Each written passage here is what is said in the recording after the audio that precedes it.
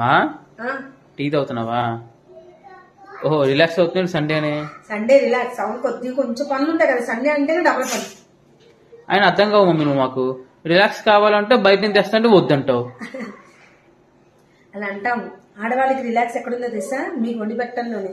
అందులో ఇవాళ సండే కదా, సండే ఒక్కరోజు మీరు కూడా ఇంట్లో ఉండేది, కొంచెం తృప్తిగా తినాలనిపిస్తుంది కదా, అందుకని. మరి ఏం చేస్తున్నావు ఇప్పుడు? మసాలా దించుకొని వేయించా. ఇది ఆలు కుర్మా కోసం. మీరు ఇంకా ఇది ఏమైందో తెలుసా? కందిపప్పులో మర్చిపోయి పచ్చెనపప్పు కలిసిపోయింది, కుచికి ఆడతాను, ఇదో డబల్ పని.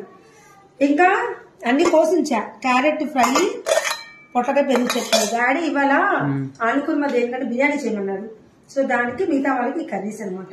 పొద్దునే గుంట పునుగులు చేసావు, చాలా బాగుంది మమ్మీ. బాగున్నాయా?